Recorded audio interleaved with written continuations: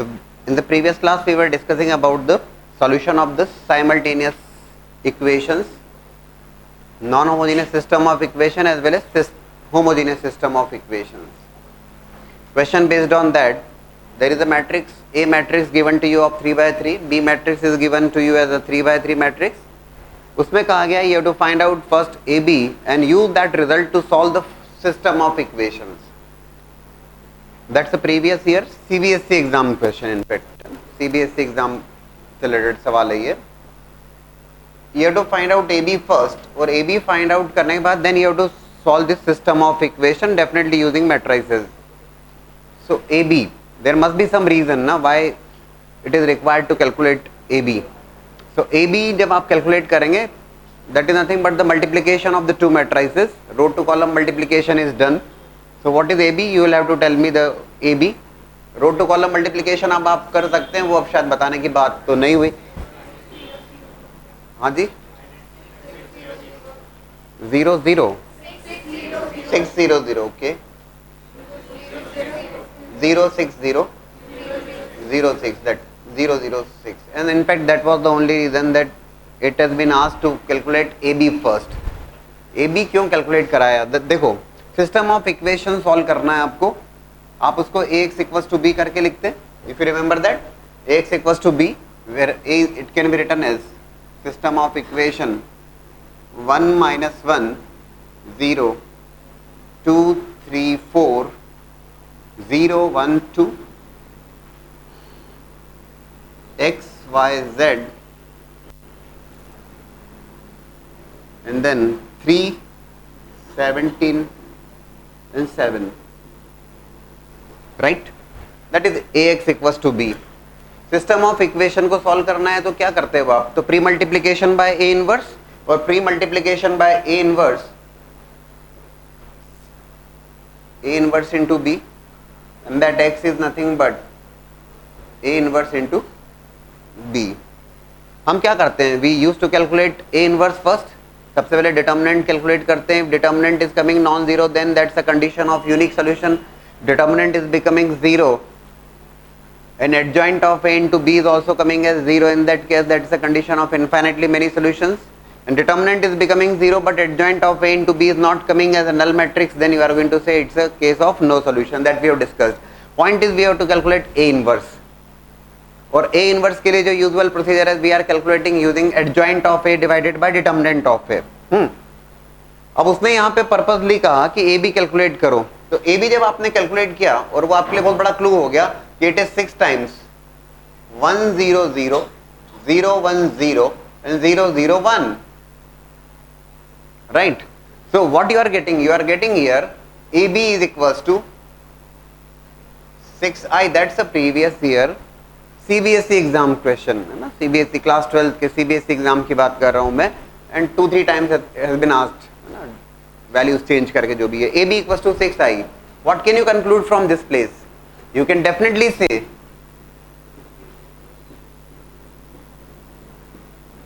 आपको inverse calculate करना है ना. ए इनवर्स कैलकुलेट करना होता है उसको adjoint divided by determinant, but it is not required here. The reason is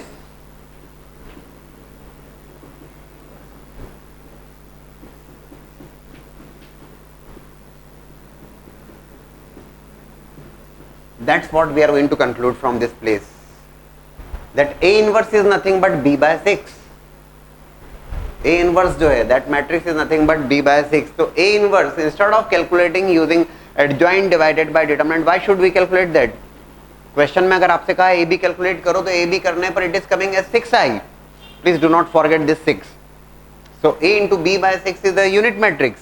So B by 6 is nothing but the A inverse. और A इनवर्स ही तो चाहिए था हमें, और मिल गया X A इनवर्स. इसको अगर मैं B कह रहा हूं तो एक काम करते हैं, instead of saying this, confusion नहीं हो क्योंकि मैंने यहाँ पर भी B लिख दिया है, तो instead of that AX equals to D लिख देता हूँ. समझ रहे हो ना? दैट्स अ B मैट्रिक्स, इसको D मैट्रिक्स कह देते हैं. ठीक है, ठीक. So what is X? X जो मुझे कैलकुलेट करना है, that X is nothing but XYZ is equals to A inverse, which is nothing but B by 6. That B by 6, okay, fine, B by 6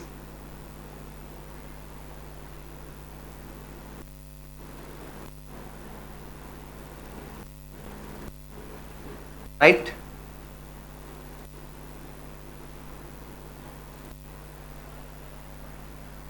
This is B A inverse and this is D. Where is D? 317.7, right? सीधा सा कार्यक्रम हो गया आपके लिए. Now calculate row to column multiplication again. You are going to get 3/1 matrix again. Calculate कर लीजिए जरा फास्ट पेस पे 3/1 मैट्रिक्स क्या आ रहा है, and please do not forget to divide those elements by 6 and you are going to get the unique values of x, y and z. The point is, instead of calculating adjoint of a upon determinant of a to find out inverse, we have used the result that ab is coming as 6i, and ये हमने अपनी तरफ से नहीं सोचा, it has been given in the problem itself. ये problem में given है कि ab कैलकुलेट करो, तो ए बी कैलकुलेट करने के पीछे रीजन यही था कि A B is coming as 6i, so that you can calculate inverse directly. Anybody has solved this? बता दें, अच्छा लगेगा. 1/6 times and row to column multiplication. 3 into 2 plus 17 into 2 minus 4 into 7. What is that result? 3 into 2 6 plus 34 40 minus 28 12. The second one minus 12 plus 34 minus 38. What's that result? Minus 6. What about the last one? 20 24. So it is becoming 2 minus 1 and 4. X, y, z, and you can definitely say x is equals to 2, y is equals to minus 4 and z equals to 4. That's what is required. We are getting the unique solution and see the procedure. और ये board exam के point of view तो बहुत helpful और in general पता होना चाहिए, वो तो होना ही चाहिए. क्यों रीजन था, क्या कैलकुलेट क्यों करवाया उसने A B matrix multiplication, that was the idea, right? Again, a non-homogeneous system of equation is given to you and you have to solve that system of equation, or you have to check for the consistency of that equation. When we say consistent system of equation, we have discussed that consistent system of equation means solution of that equation exists, whether it could be a unique solution or it could be a infinitely many solutions. And when we say inconsistent system, it's a case of no solution. So again matrix के help से हमें discuss करना है. सो इसको again matrix form में arrange किया, matrix equation form में arrange किया. 3 minus 1 7, 2 1 3, 1 4 minus 2, x y z 3 5 1. That is nothing but ax equals to b. Matrix equation which is ax equals to b, and that x already, that is in your knowledge, you have to calculate adjoint of a into b divided by determinant of a. So first of all you are going to calculate the value of the determinant. Determinant की value आप calculate करेंगे. So determinant of a, what that value is coming as determinant of a 3 2 1 minus 1 1 4 and 7 3 minus 2. Determinant के लिए row operation column operation बहुत comfortable है आप, अब बहुत कंफर्टेबल होना चाहिए इनफैक्ट, ठीक है ना. With the help of this one we can make 2 zeros there. Operations क्या लगाना है आप समझ सकते हैं. रिजल्ट में डायरेक्ट लिखना चाहूंगा लेकिन फिर भी मैं एक्सप्लेन कर देता हूं क्योंकि मुझे क्लैरिटी चाहिए, है ना. I can definitely go for R2 and R2 minus twice of R3, 2 से मल्टीप्लाई किया एंड सब्ट्रैक्ट किया, and R1 and R1 minus 3R3, और you can take the help of this element also. 1 की help से इसको add कर दोगे तो 0 बनेगा और 4 से मल्टीप्लाई करके सब्ट्रैक्ट करोगे तो 0 बनेगा. फाइन, आपने किया calculate and determinant of A you are getting as 0. Determinant of A 0 आ जाता है, तो determinant of A non zero के केस में that's the condition of unique solution. But determinant of A 0 हो गया, डिटर्मिनेंट ऑफ ए 0 हो गया, या तो ये केस होगा इनफाइनाइटली मेनी सॉल्यूशंस का या फिर नो सॉल्यूशंस का, and for that will have to check for, हमें चेक करना होगा, क्या चेक करना होगा, adjoint of A into B, हमें कैलकुलेट करना होगा adjoint of A into B, और adjoint of A into B if it is coming as a null matrix तब तो वो इनफाइनाइटली मेनी सॉल्यूशंस होंगे, और adjoint of A into B if it is coming as a non null matrix then it will be a case of no solution. देखिएगा, so adjoint of A again,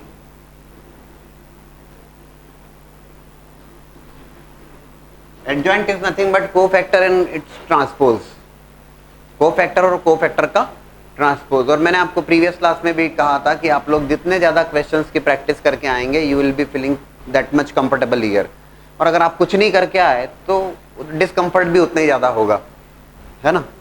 so what about the adjoint here, I am going to write the adjoint directly and you are going to tell me the elements here. Adjoint of A, what are दो, minus 14, 26, minus 10। यहाँ पर मैं check नहीं कर सकता individually कि आपने 2 सवाल बनाया या आपने नहीं बनाया, आपने 10 बनाया, आपको गुड कहूँगा, आपको बेस्ट कहूँगा, आपको एक्सीलेंट दूंगा, आपको वर्स्ट दूंगा, आपको पुअर दूंगा, ये सब कुछ नहीं हो पाएगा। It is your self responsibility जो अब आपको लेना होगी, है ना। अब ये वो नहीं होगा क्लास में नोट डलेगा, घर वाले काउंटर सिग्नेचर करके भेजेंगे, वो सब कुछ नहीं होता।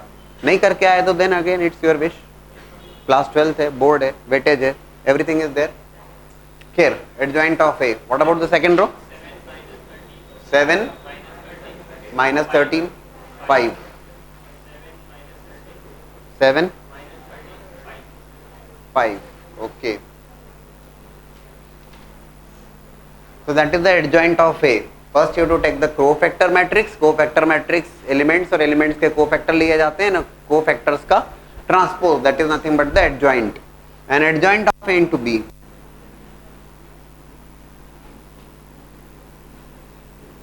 This is adjoint matrix, this is a B matrix which is 3, 5, 1 and multiplication of these two. If you are getting a null matrix, अगर आपको null matrix मिल जाता है तब आप कहोगे that will be a case of infinitely many solution. But if you are not getting a null matrix तब वो no solution का case होगा. So what is happening here? Adjoint of A into B, ये 3/3 का matrix, ये 3/1 का matrix, and you are very much aware of the fact that a single element भी अगर कहीं आपने गलत किया तो आप दिक्कत में आ जाओगे.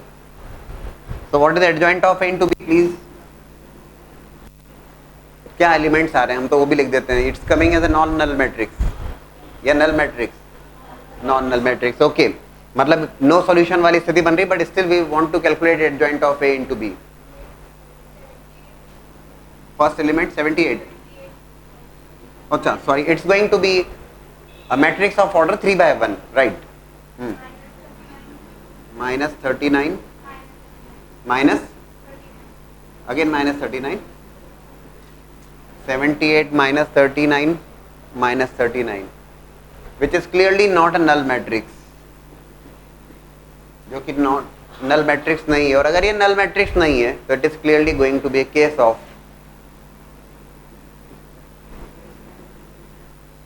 no solution. और no solution वाला जो केस होगा वो inconsistent system of equation.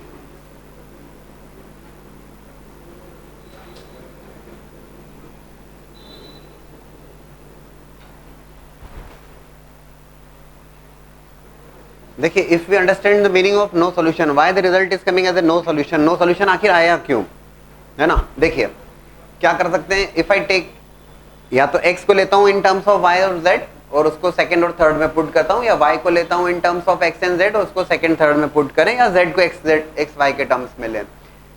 देखिए, so y is coming from this, y is equals to 3x plus 7z minus 3.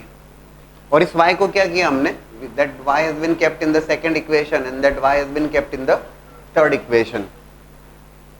And the equation हम देखते हैं what results we are getting in terms of x and z. तो what result you are getting, x plus 2z, x plus 2z equals to 8/5. अच्छा, और दूसरी equation x plus 2z is equals to 1 by only 1. Okay, चलिए ठीक है. What actually is happening here, अगर आप देखें इसको तो x plus 2z equals to 8/5 और x plus 2z equals to 1. तो y की एक वैल्यू के करस्पॉन्डिंग यहाँ पे दो इक्वेशन x और z की आ रही हैं और x plus 2z is equal to 8/5 और x plus 2z equal to 1, वो पॉसिबल नहीं है। वो पॉसिबल नहीं है कि y की एक वैल्यू के corresponding you are getting x plus 2z equal to 8/5 as well as x plus 2z equal to 1। वो तो जो भी होगा एक यूनिक आएगा। हाँ ठीक है, इनफाइनेटली मेनी सॉल्यूशंस का क्या मतलब होगा वो भी हम समझेंगे। इनफाइनेटली मेनी सॉल्यूशंस का मतलब ये होगा कि y की एक वैल्यू के करस्पॉन्डिंग x और z की एक सेट ऑफ वैल्यूज आती है।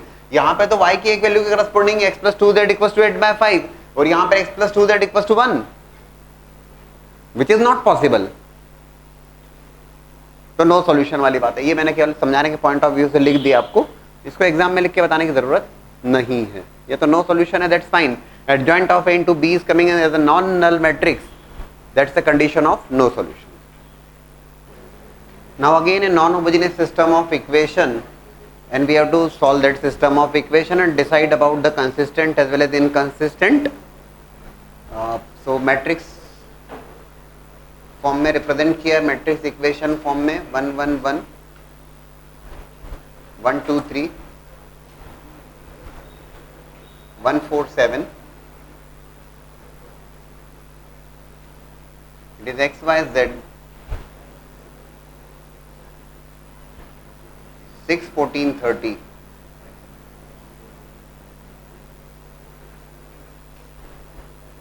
Ax equals to b.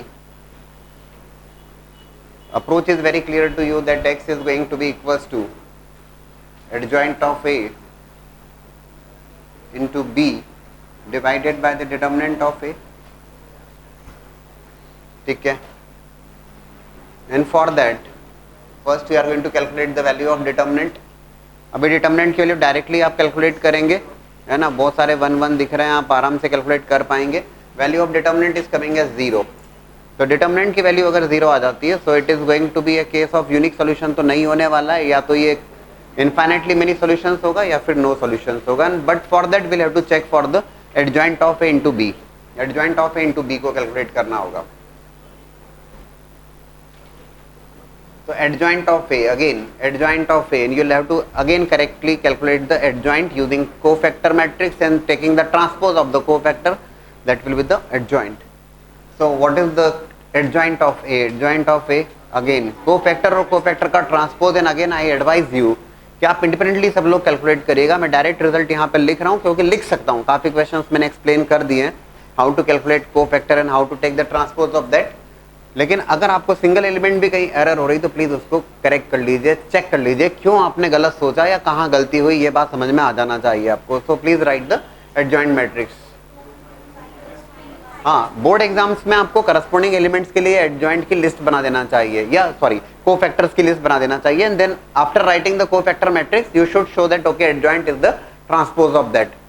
तो आप बोर्ड एग्जाम की जब बात आती है तो बोर्ड एग्जाम में कोफैक्टर एलिमेंट्स को आप लिख के बताएं। कोफैक्टर ऑफ A11 है ना, that A11 first row first column, first row second column, first row third column, that is the clear cut meaning. तो cofactor of A11, so that's how you are going to calculate -1 raised to power 1 plus 1 and then 2 3 4 7 like that, ऐसे बता देना चाहिए आपको ना cofactor of, और आपकी practice रहेगी तो आप कर देंगे।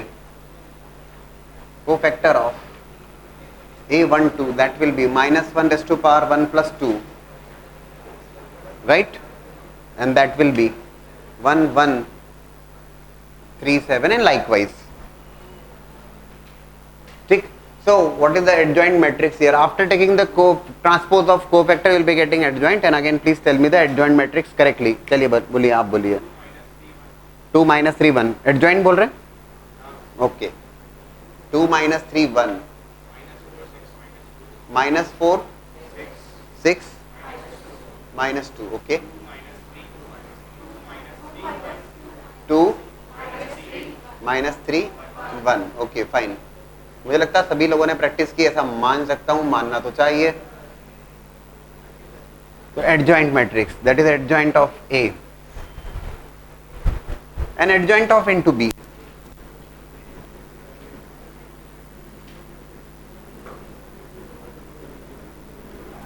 दैट्स द बी मैट्रिक्स 6 14 13 एंड एडजॉइंट मैट्रिक्स को आप मल्टीप्लाई करोगे तो that will be 12 minus 42 plus 30 0 minus 4 6 minus 2 का मल्टीप्लीकेशन 6 14 30 से again you are going to get 0 and 0 and you are getting a null matrix. So when you are getting adjoint of A into B as a null matrix, so it's going to be a case of infinitely many solutions.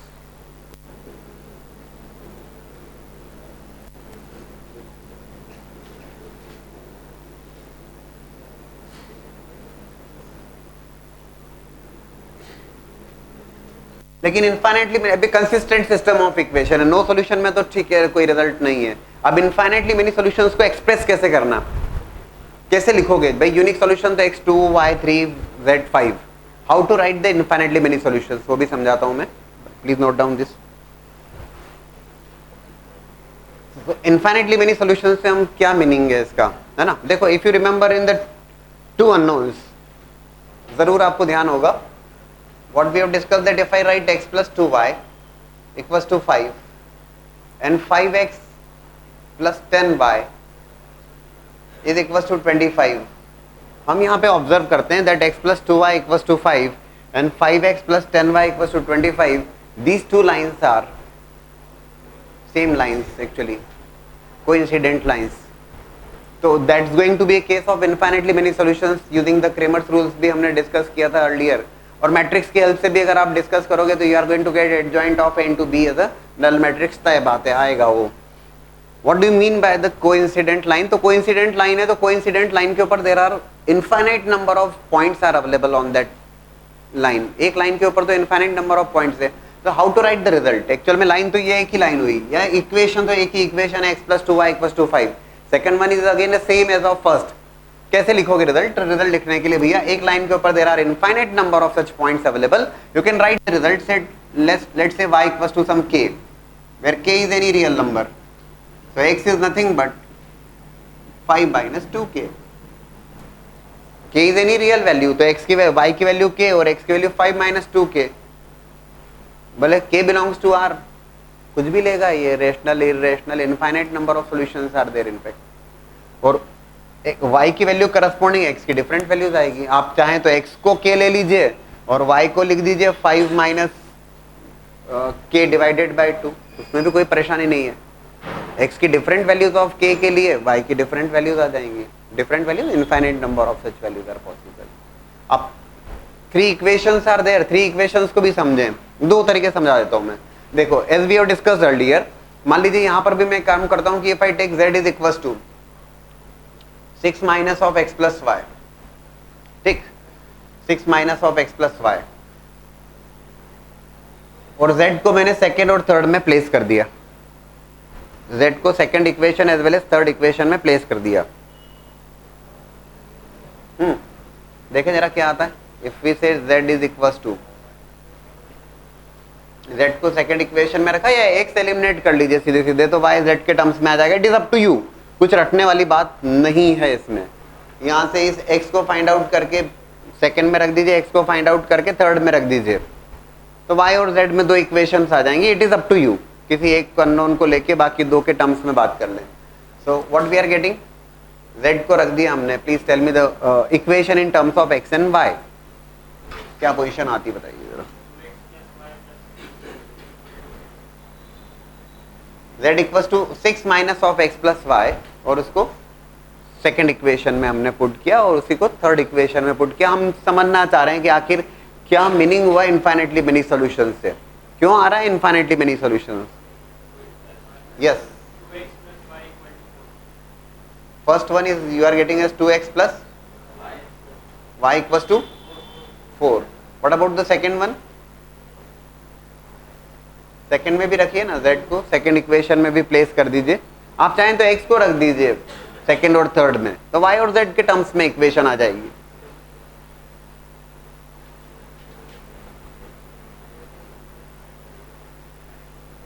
I want to explain the meaning of infinitely many solutions की मतलब क्या हुआ. Same equations here, 2x plus y equals to 4. अगर ये 2x plus y equal to 10 आ जाता तो वो नो सॉल्यूशन की कंडीशन होती, लेकिन you are getting the same equation 2x plus y equal to 4, 2x plus y equal to 4, ठीक है। So it is going to be a case of infinitely many solutions. बोले sir लिखोगे कैसे इसको, देखो how to write that result, result को कैसे लिखना, ये you are getting the same equation. हो क्या रहा है एक्चुअल में, 2 unknown, sorry 3 unknown x y z और 2 इक्वेशंस, समझे क्या इस बात को। 3 unknown you have to solve for 3 unknowns x y z, and how many equations are available, 2 equations, so definitely it is going to be a case of infinitely many solutions, ठीक है। कैसे लिखना result देख लो। let's say if I take y equals to k where k is some real value, बोले sir y को लिया आप z को ले लो, आप x को ले लो, कोई दिक्कत नहीं, कुछ रटने वाली बात नहीं है। तो y equals to k, so 2x will be equals to 4 minus k, so x will be equals to 4 minus k divided by 2, right। ये y की वैल्यू और ये x की वैल्यू, तो z क्या है 6 माइनस ऑफ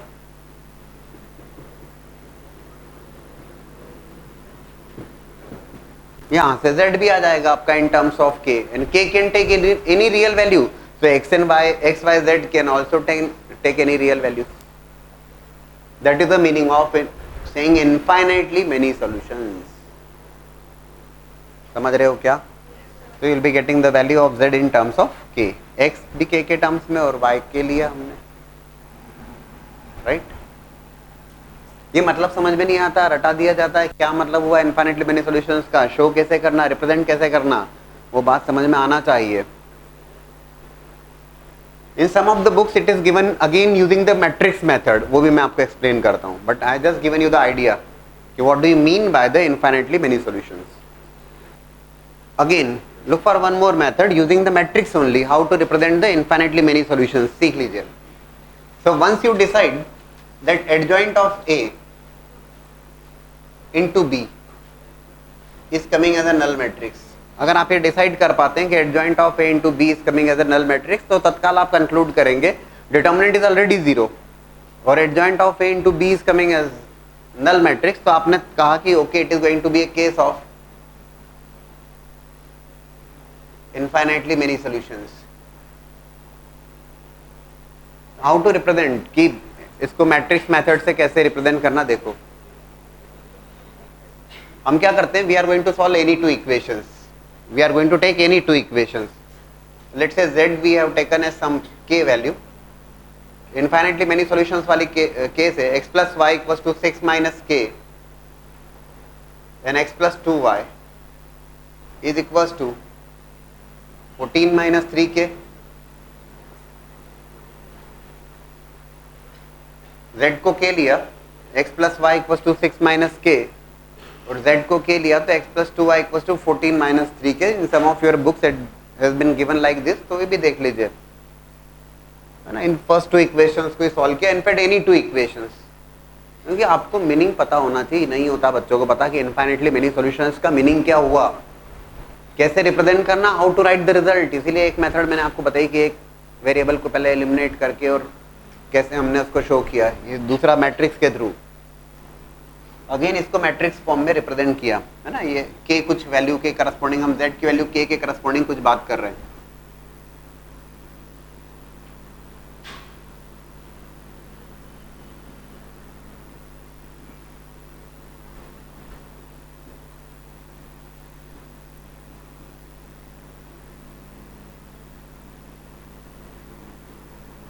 ये मैट्रिक्स फॉर्म में अरेंज कर दिया है, मैट्रिक्स इक्वेशन के फॉर्म में।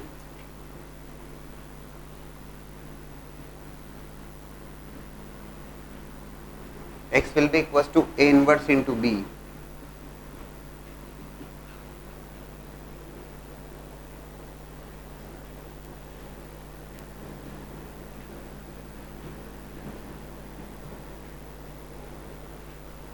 A inverse, what is going to be the A inverse here? A inverse ये मैट्रिक्स है 1 1 1 2 और A inverse फाइंड आउट करना है, you are going to take adjoint divided by determinant. The determinant is clearly coming as 2 minus 1 which is 1,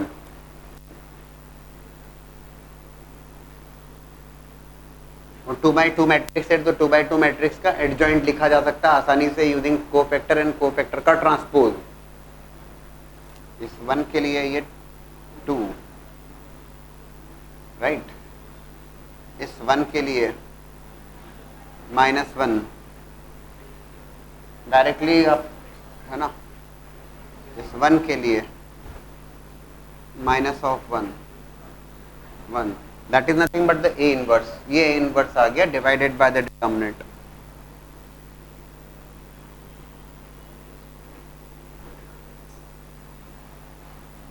इसको multiply कर ले यहां पर जरा,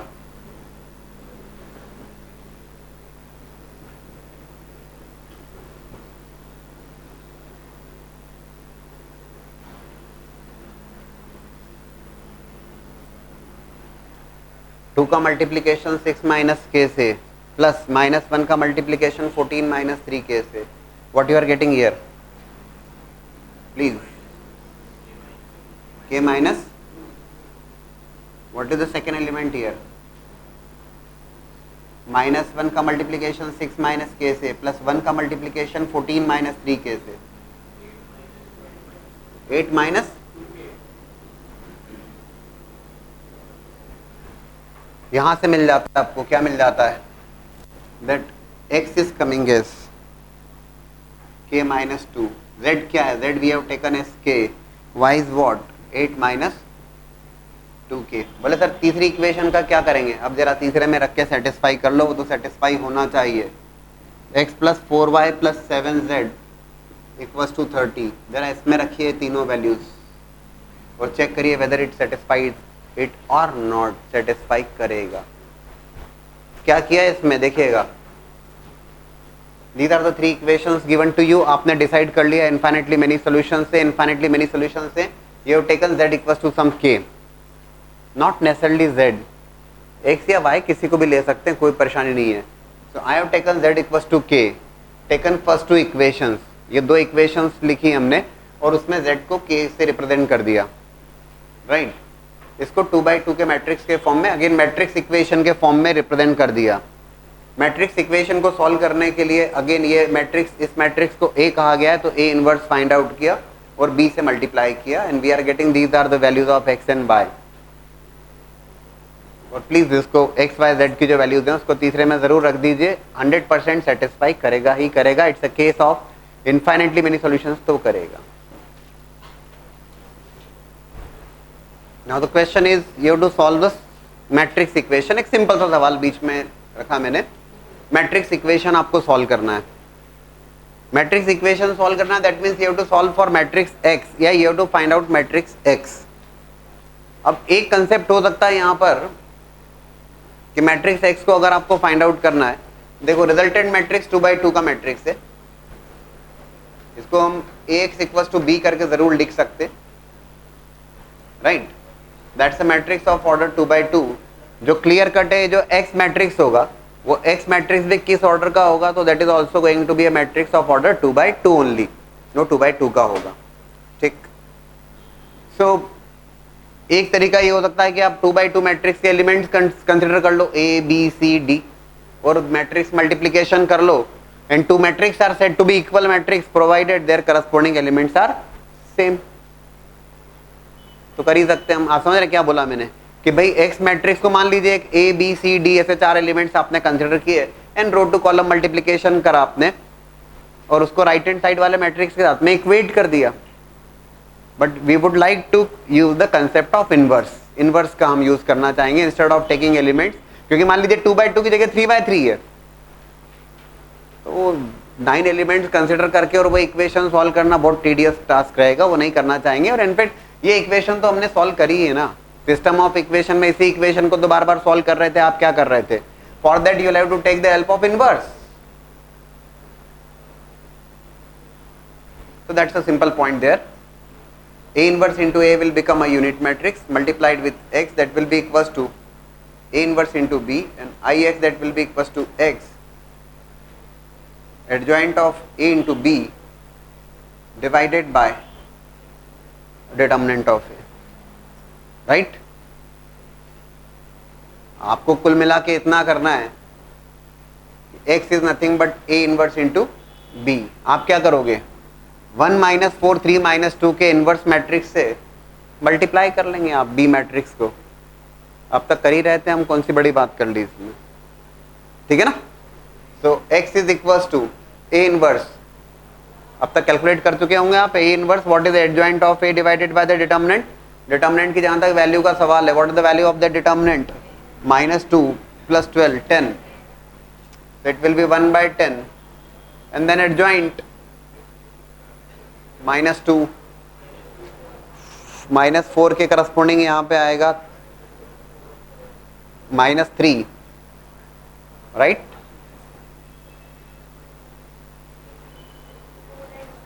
and then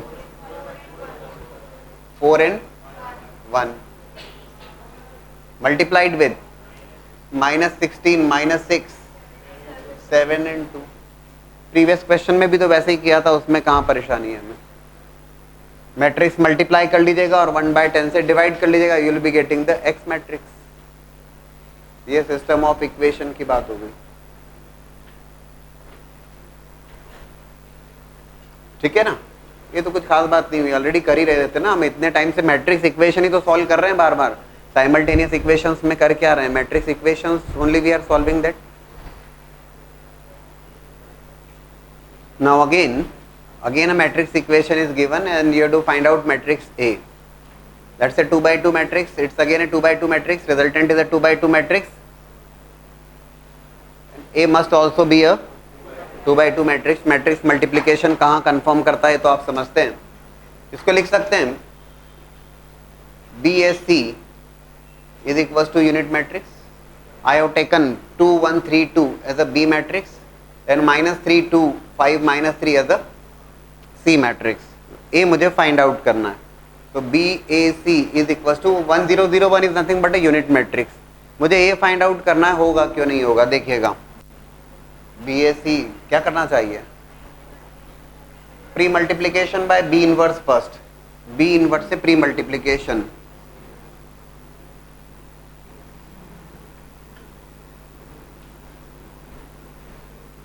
The reason is B inverse into B will become a unit matrix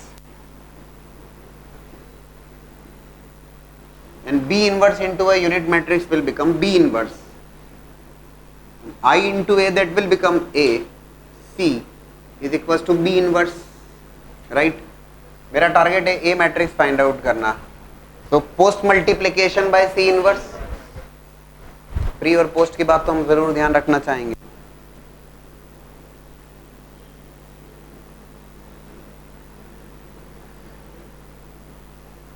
So post multiplication by C inverse and C to C inverse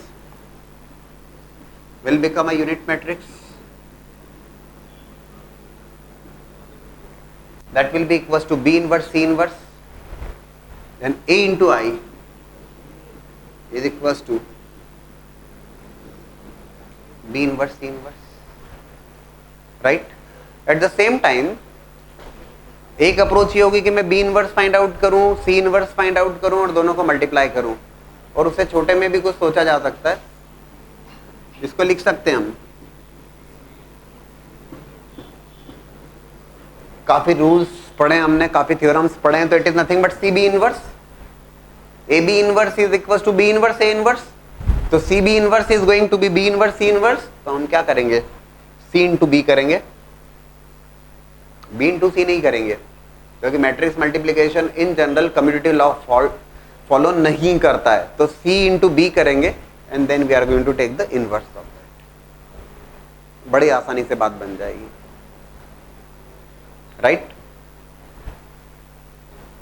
now we discuss a previous year JEE question. In the year 2006 it was asked and complete passage was there. There were 3 questions based on that in the category of +4 - 1 or +5 - 1. A matrix is given to you as 3/3 square matrix 1 0 0 2 1 0 3 2 1. In the question it is given that U1 U2 U3 U1 U2 and U3, these are the columns of a 3/3 matrix U. U1 U2 U3 are the columns of a 3/3 matrix U. Okay, if column matrices u1 u2 u3 are satisfying, if column matrices u1 u2 u3 are satisfying, au1 is equals to 1 0 0, au2 is equals to 2 3 0, and au3 is equals to 2 3 1. u1 u2 u3 are the columns of a 3 by 3 matrix U. So ये तीन equations given है, column matrices u1 u2 u3 satisfying au1 au2 au3, likewise three equations are given and three questions are given based on that. The first question is you have to find out the value of the determinant u. Determinant u की value find out करना है.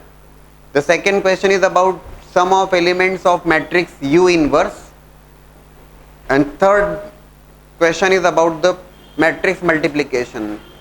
So only point here is determinant of u find out करना है और sum of elements of matrix u inverse find out करना है, and third one is based on the multiplication with u matrix.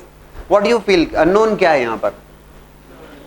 u matrix. इतना तो आपको जरूर समझ में आ गया होगा कि u matrix पता लगेगा तो determinant of u भी आएगा, और u matrix पता लगेगा तो we'll be getting the inverse of that, तो उसके sum of elements भी आ जाएगा, और u matrix आ जाएगा तो we'll be solving the third question which is based on the multiplication of the three matrix. u matrix मुझे पता लगाना. अब एक्चुअल में u है क्या?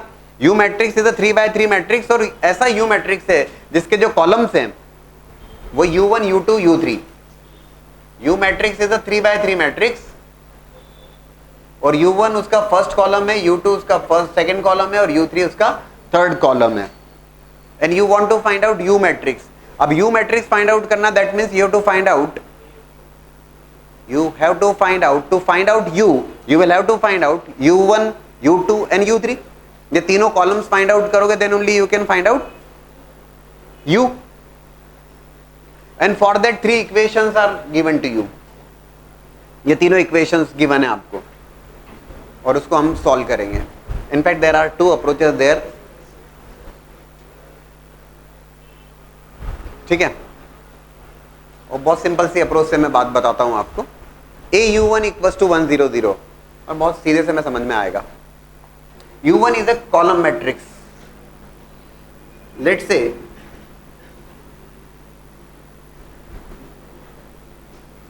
u1 I have taken as, एक बार देख लीजिएगा ध्यान से प्लीज सभी लोग. u1 I have taken as a column matrix x y z, right. au1 equals to 1 0 0. a is a matrix which is a 3 by 3 matrix. So u1 को मैंने consider किया x y z, ठीक. और a into u1 is coming as 1 0 0, ठीक. a u1 equals to 1 0 0. करें जरा solve उसको. a u1, a matrix को u1 मैट्रिक्स में मल्टीप्लाई किया which is x y z, you will be getting 1 0 0, right. लिख सकता हूं क्या डायरेक्ट?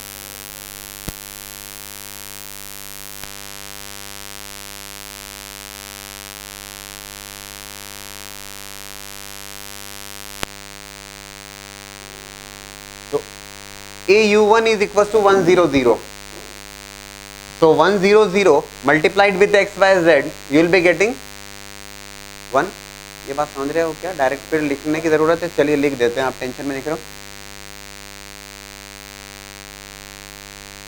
1 0 0 2 1 0 3 2 1 x y z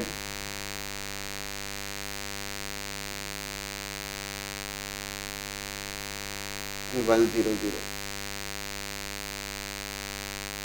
तो डायरेक्ट मल्टीप्लीकेशन अगर मैं करता हूँ, x will be equals to 1, 2x plus y, row column multiplication ध्यान से देखिएगा. 2x plus y equals to 0 and 3x plus 2y plus z is equals to 0, ठीक. तो x equals to 1, 2x plus y equals to 0 and 3x plus 2y plus z equals to 0. x की value 1 है, y will be equals to -2 and z will be equals to put the values here 1। दोस्तों x y z जो मिले आपको, these are nothing but the column matrix U1। समझ में आया क्या सभी लोगों को? So we got the x, y, z 1, -2 and 1 elements of U1। फिर ध्यान से देखिएगा, the second equation is given as AU2 is equals to 230। अब कितनी साधारण सी बात हो जाएगी, ये समझने वाली बात है। AU2 equals to 230। अगेन अब आपको क्या फाइंड आउट करना, अब U2 फाइंड आउट करना है, टेंशन नहीं है। Now consider elements of U2 as x, y, z। तो AU2 तो एज इट इज ही रहेगा, जो लेफ्ट हैंड साइड में इक्वेशन है, समझ रहे हैं क्या? और उसको राइट हैंड साइड में जो इक्वेशन है उसको 230 से इक्वेट कर दें, समझ रहे हो क्या? Instead of equating with 100 A into U2, again take U2 as x, y, z and equate it with 230, you will be getting a second set of equation, and that second set of equation is what? Second set of equation is going to be, अरे दादा 100 की जगह 230 हो जाएगा। So x will be equals to 2x plus y is equals to 3 and 3x plus 2y plus z is equals to 0। Are you getting this? अरे बोले sir क्या लिख दिया आपने?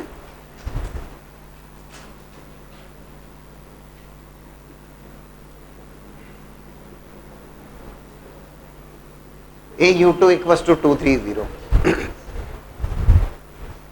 ठीक, तो U2 के एलिमेंट्स को हमने x, y, z कंसिडर कर लिया, हमने कुछ मेहनत नहीं करी उसमें भाई। AU1 जो था अब वो AU2 हो गया, तो ठीक है, right hand side is changing only, you will be getting x, y, z now x2, y is what? -1 and z, so you are getting the second column। ये अप्रोच समझ में आ रही है कि आपको कितनी आसानी से बात हो पा रही है? बड़ी खुशी की बात है, कुछ तो आया। 2 -1 and -4, and likewise you are going to solve the third equation, which is AU3 is equals to 231। so AU3 is equals to 231,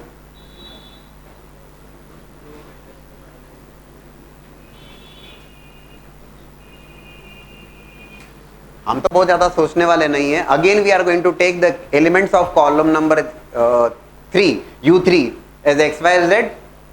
ए तो जैसा था वैसा है ही है। Instead of equating with 230 will be equating with 231। आता है समझ में? x equals to 2, 2x plus y equals to 3 and 3x plus 2y plus z equals to 1, and you will be getting x2, y minus 1, and what about the value please? Minus, and these are nothing but the elements of column number 3।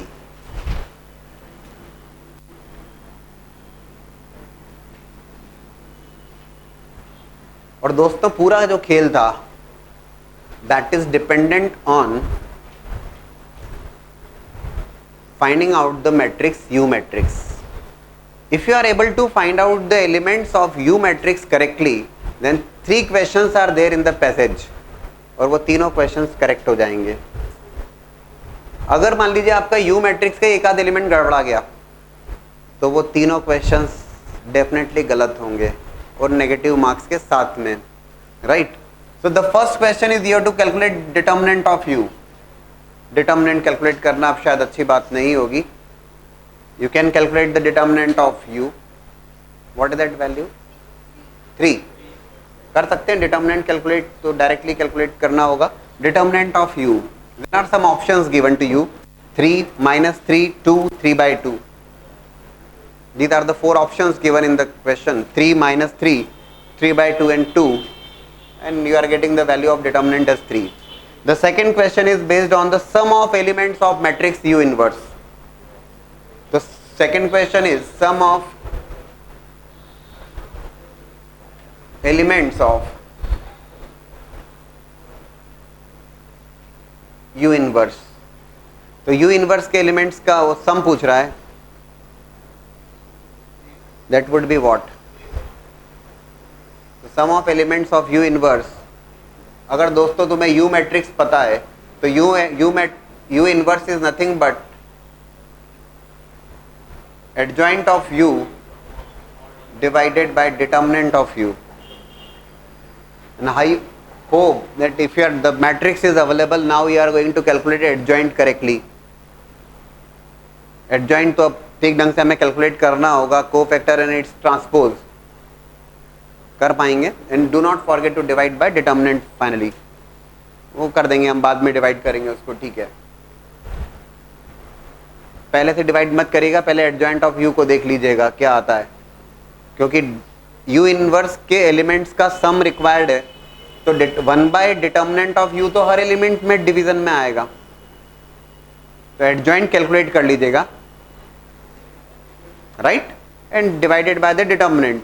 और सम of you inverse पूछा है, and 4 options are there, -1, 1, 3 and 0, and I hope that you can calculate the adjoint matrix। if anybody has calculated बता दीजिए, ज़्यादा बेहतर होगा, so that जो लोग नहीं बना पाए। एडजॉइंट अब मैं नहीं करना चाहूँगा, कोफैक्टर एंड इट्स ट्रांसपोज।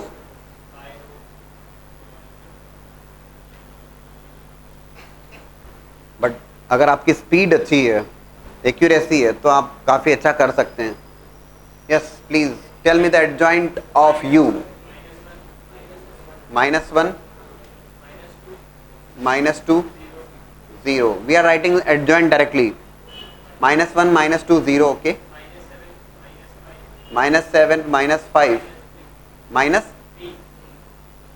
इतने सारे माइनस, ओके। 9, 6, 3, ओके। अब आपसे पूछा गया यू इनवर्स के एलिमेंट्स का सम।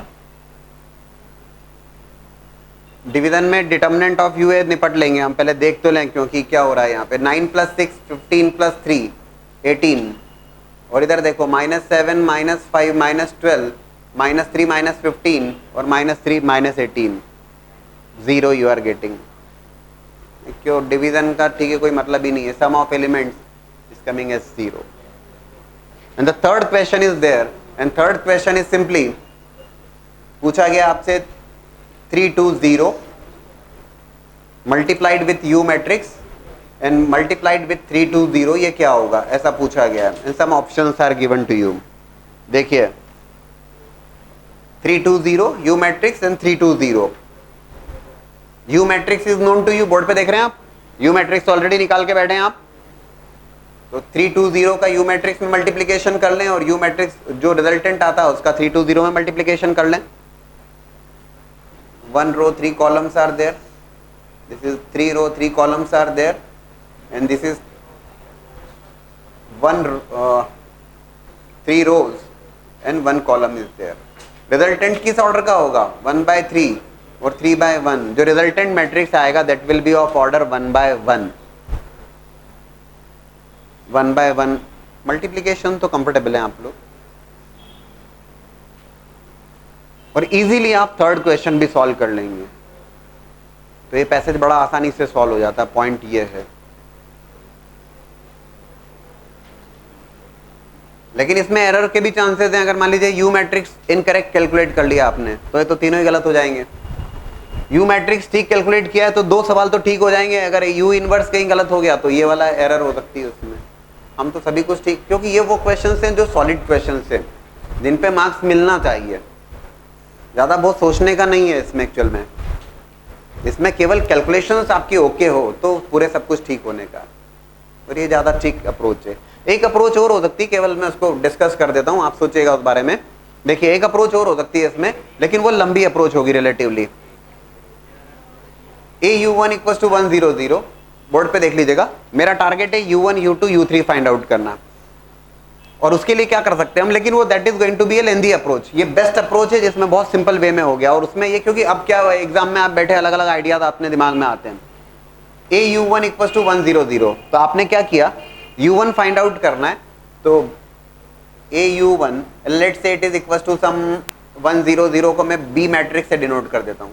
तो आपने क्या किया, a इनवर्स से प्री मल्टीप्लीकेशन, क्योंकि आइडिया दिमाग में जो भी उस समय आता है वो बात अलग है।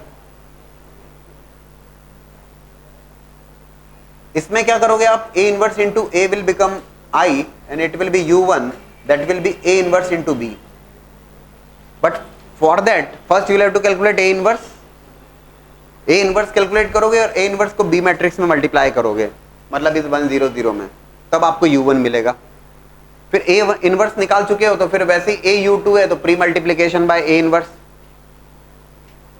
इधर रेस्ट नहीं, a इनवर्स से प्री मल्टीप्लीकेशन किया तो u2 आ जाएगा, a इनवर्स इंटू 230। एक बार आपने a इनवर्स निकाल के रख लिया, ठीक है, तो a इनवर्स इंटू b, तो a इनवर्स को b में मल्टीप्लाई किया है तो a इनवर्स को 100 में मल्टीप्लाई करोगे तो u1 आएगा, a इनवर्स को 230 में मल्टीप्लाई करोगे तो u2 आएगा, और a इनवर्स को 231 में मल्टीप्लाई करोगे तो u3 आएगा। किया जा सकता है, थोड़ा लंबा हो जाएगा इसमें, क्योंकि पहले आपको इनवर्स फाइंड आउट करना पड़ेगा और फिर a inverse into second matrix करना पड़ेगा, बट ठीक है, जो भी अप्रोच उस समय क्लिक कर सकते हैं, क्यों नहीं कर सकते। समझ रहे हैं क्या अप्रोच बताइए, अल्टरनेटिव अप्रोच कि नहीं एक ही काफी है सर, नहीं आना तो सब कुछ चाहिए आपको।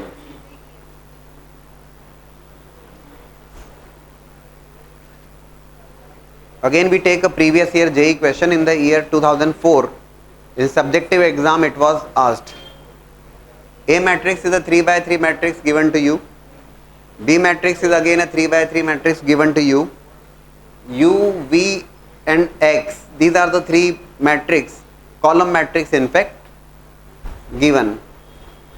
In the question it has been given that Ax equals to U, Ax equals to U has infinitely many solutions। अब ये बात सब समझना होगी, Ax equals to U has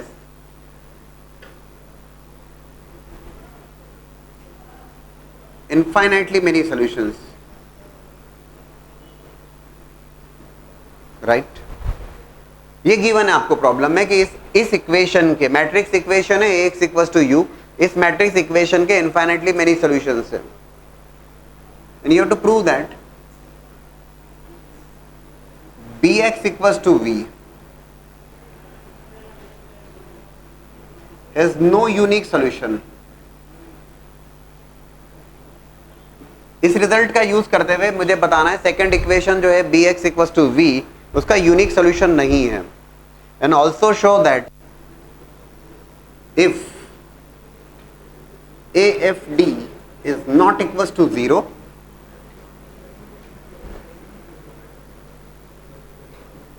then Bx equals to V has no solution। देखिएगा matrix सारे given है आपको, X matrix is a matrix which is of column matrix XYZ।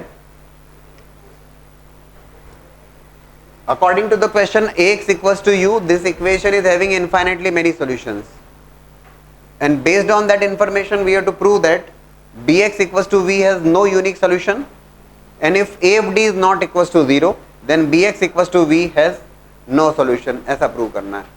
Second system of equation के लिए यूनिक सॉल्यूशन नहीं होगा, no solution होगा, provided AFD is not equals to 0। फिर से अजीब सा दिखता है वो, लेकिन है नहीं एक्चुअल में इनफाइनाइट। अच्छा, this question can be solve competitive exam के पॉइंट ऑफ व्यू से, तो हमने यहाँ पे डिटर्मिनेंट्स के थ्रू भी देखा है एज वेल एज मैट्रिसेस के थ्रू भी देखा है सॉल्व करने की बात। कॉम्पिटिटिव एग्जाम से आप किसी भी ढंग से सॉल्व कर सकते हैं, समटाइम्स डिटर्मिनेंट वाली जो अप्रोच है वो ज़्यादा बेहतर अप्रोच हो जाती है ना, क्योंकि इसमें मैट्रिक्स की अप्रोच में आपको एडजॉइंट कैलकुलेट करना पड़ेगा और उसके अकॉर्डिंग सॉल्व करना रहेगा। Infinitely many solution.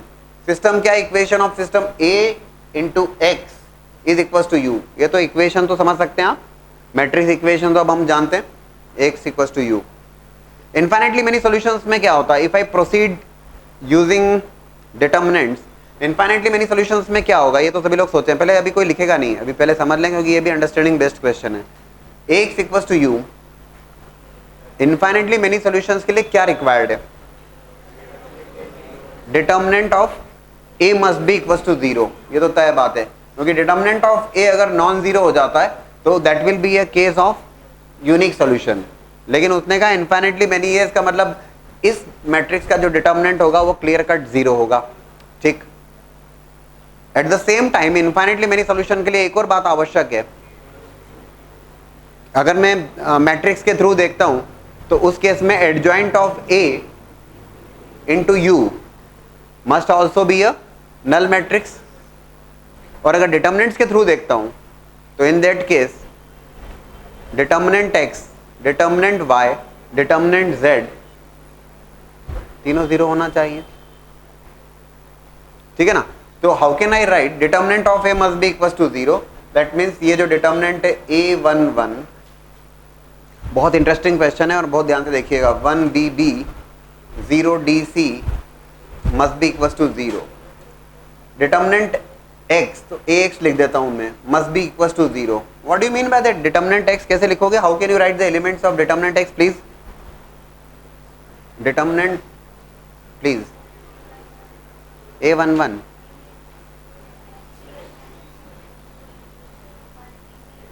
How you are going to write that? नहीं लिख पाओगे। Determinant x, determinant y, determinant z, ax equal to u FGH 1BB 0DC that must also be equals to 0. Determinant y, I think अब शायद समझ में आया होगा आपको, A11 FGH 0DC must be equals to 0, and determinant z A11 1BB FGH must also be equals to 0. Result हमें prove करना है कि Bx इक्वल टू V, इनका यूज करेंगे हम, इससे कुछ रिजल्ट्स हम निकालेंगे, उसका यूज करेंगे फर्दर दूसरे रिजल्ट्स। ये तो गिवन है आपको, ये तो गिवन है। आपको प्रूव करना है कि Bx इक्वल टू V का यूनिक सॉल्यूशन नहीं है। इसका मतलब क्या प्रूव करना होगा आपको? यूनिक सॉल्यूशन नहीं है, इसका मतलब है determinant of B unique solution नहीं है। Determinant of B must be equal to 0। इस B जो मैट्रिक्स है इसका डिटर्मिनेंट 0 के बराबर होना चाहिए, प्रूव करेंगे हम। कंडीशंस कहां से मिलेगी? तो इन चारों डिटर्मिनेंट्स को इक्वल टू 0 रखने से देखेंगे। आ रहा है क्या समझ में? और फिर हम देखेंगे अच्छा determinant of B is coming as 0, unique solution नहीं है, इनफाइनाइटली मेनी हो सकता है या नो हो सकता है, नो सॉल्यूशन हो सकता है। If AFD is not equal to 0, हमको प्रूव करना है कि Bx इक्वल टू V के नो सॉल्यूशन है। नो सॉल्यूशन का क्या मतलब समझते हो? Determinant x, determinant y, determinant z में से कम एक नॉन जीरो होना चाहिए। जेई का सवाल है तो ऐसे तो नहीं आएगा, और पेपर्स आप देख ही रहे हो कि रेगुलर बेसिस पे मैथमेटिक्स में तो लेवल ऑफ टफनेस बढ़ ही रहा है, कम होने का तो कहीं कोई स्कोप है नहीं। तो these 4 determinants must be equal to 0। अब यहीं से कुछ कंक्लूड करने का इतना आप जरूर एक बार देखिए कि if you take the determinant of a equal to 0, what you are going to get here. इस डिटर्मिनेंट को जरा सॉल्व करके देखें आप। अच्छा, हमें एक और बात जरूरी है कि ये चारों डिटर्मिनेंट 0 होना चाहिए compulsory. We want values of, जो भी रिजल्ट आता है वो ऐसा रिजल्ट होना चाहिए जिसके लिए determinant a, determinant ax, determinant ay, determinant az, all 4 must be equal to 0। So anybody has solved this determinant? केवल एक डिटर्मिनेंट की बात करूंगा, उसके आगे नहीं करूंगा मैं। हाँ जी, ab minus 1 is a factor, c minus d is equal to 0। बढ़िया।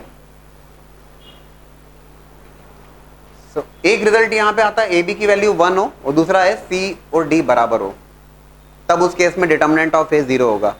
बोर्ड पे देखिएगा दोस्तों, लेकिन हमें केवल उससे बात नहीं बनेगी। Determinant ax, determinant ay, determinant az must also be equal to 0। अब ये ऑब्जर्वेशन का गेम है और बहुत क्लियर कट ऑब्जर्वेशन रहेगा, तो आप सीख लोगे, समझ लोगे। डिटर्मिनेंट ऑफ a के लिए ab या तो 1 के बराबर हो या c d के बराबर हो, ठीक है। इससे भी 0 होना है, इसे भी 0 होना है और इसे भी 0 होना है, and that is based on your observation only.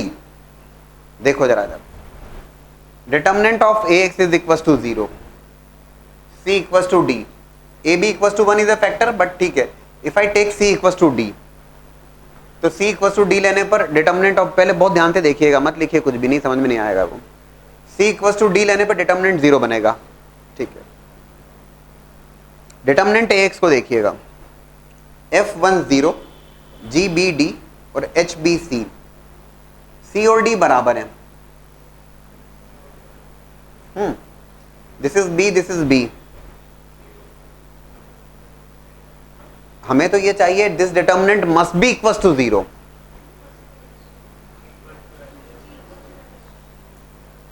तो C must be equal to D, वो तो होना चाहिए, और रो नंबर 2 और रो नंबर 3 आइडेंटिकल होगी तभी बात बनेगी, तभी ये डिटर्मिनेंट 0 आएगा। मतलब यहां से हम सोचेंगे कि okay G must be equal to H, हम सोचना चालू कर रहे हैं कि यार क्या क्या होना चाहिए। ओके देखते हैं आगे जरा, इस बात को और स्ट्रेंथ मिलेगी, दूसरे दो डिटर्मिनेंट भी तो 0 होना चाहिए, यहां से भी हम सोच रहे हैं। ये एग्जैक्टली पूछा हुआ सवाल है इन द ईयर 2004।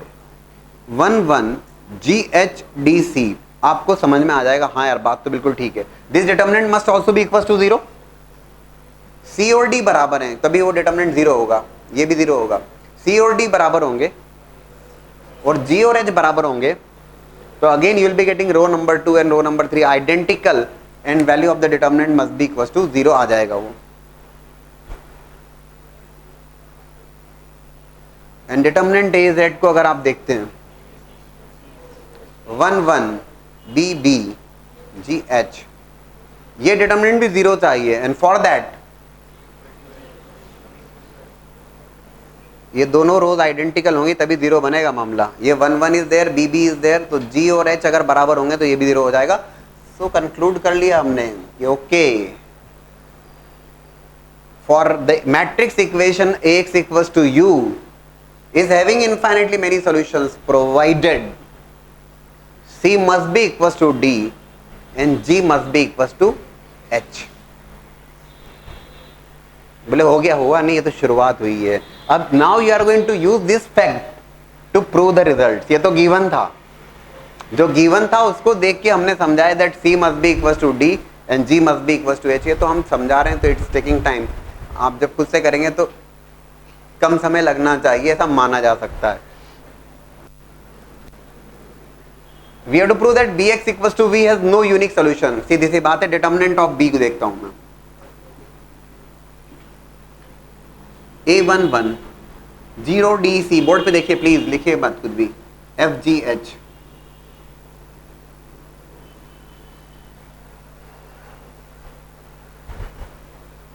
C और D बराबर हैं और G और H बराबर हैं, बहुत सोचना नहीं रहेगा आपको। C और D बराबर हैं और G और H बराबर हैं, column number 2 as well as column number 3 becomes identical and that determinant would be equals to 0, and yes we are going to say that Bx equals to V is not having a unique solution। उसका unique solution नहीं है, क्योंकि determinant 0 आ गया तो unique solution नहीं है। Determinant non 0 होता तो यूनिक होता, समझ रहे हो क्या? यूनिक सॉल्यूशन नहीं है इसका, या तो इनफाइनाइटली मेनी होगा या नो सॉल्यूशन होगा। अब उसने आगे पूछा है कि if AFD is not equals to 0 then you have to prove that Bx equals to V has no solution। No solution लिखिए मत आदित्य, देख लीजिए। नो सॉल्यूशन की बात करने के लिए again we'll have to talk about determinant x, determinant y, determinant z, उसके बिना बात बनेगी नहीं। Bx, can you tell me what is going to that equation is Bx equals to V? Can you tell me the elements of determinant Bx? A square 0 0 1 DG 1 CH। Determinant है ना, B1 लिख रहा हूं मैं इसको, A0F A square 0 0 1 CH and determinant Z A0F 1 DG and A square 0 0, right? फिर से देखिएगा, डिटर्मिनेंट ऑफ बी तो 0 के बराबर होगा क्योंकि सी और डी बराबर है, जी और एच बराबर है। डिटर्मिनेंट बी एक्स, सी और डी बराबर है, जी और एच बराबर है, ये तो 0 होगा, राइट। यहां पे 2 0 ऑलरेडी बने हुए हैं। डिटर्मिनेंट ऑफ बी वाई की वैल्यू देख ले। मुझे बताना है कि ए एफ डी अगर 0 नहीं है तो B X equal to B का कोई सोल्यूशन नहीं है। इसका सीधा सा मतलब है कि B X, B Y, B Z इन तीनों डिटर्मिनेंट में से कम एक नॉन जीरो होना चाहिए। तो इसकी वैल्यू जरा देखें, माइनस ऑफ ए स्क्वायर, ये 2 0 ऑलरेडी बने हुए हैं इधर, तो minus of A square C F, और डिटर्मिनेंट बी जेड अगर आप देखोगे यहाँ पे भी 2 0 बने हुए हैं, ए square F D.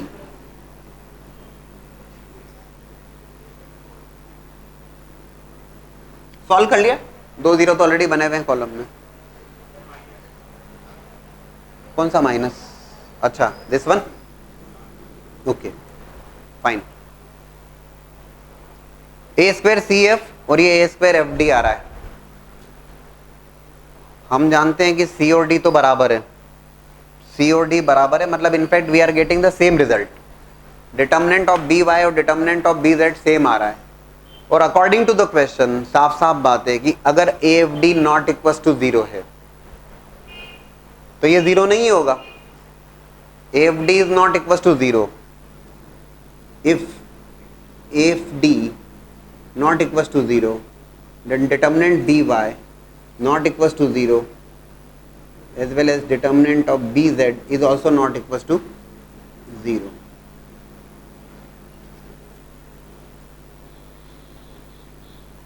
And that will become the condition of no solution. समझे? सारी बातें हो गई यहां।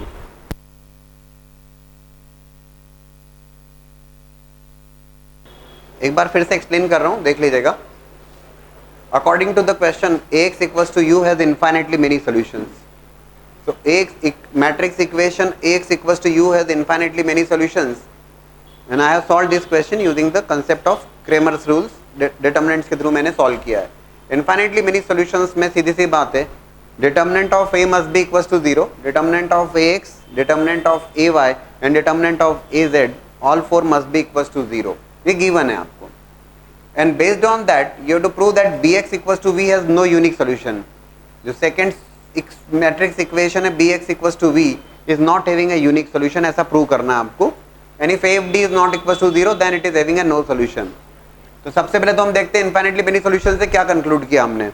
ये चारों डिटर्मिनेंट्स हमने एक साथ लिखा, and the all four must be equals to 0। In fact by observation instead of solving this determinant, यहाँ तो मैंने आपको कहा कि चलो सॉल्व करके देखो, चलो ठीक है देख भी लिया आपने।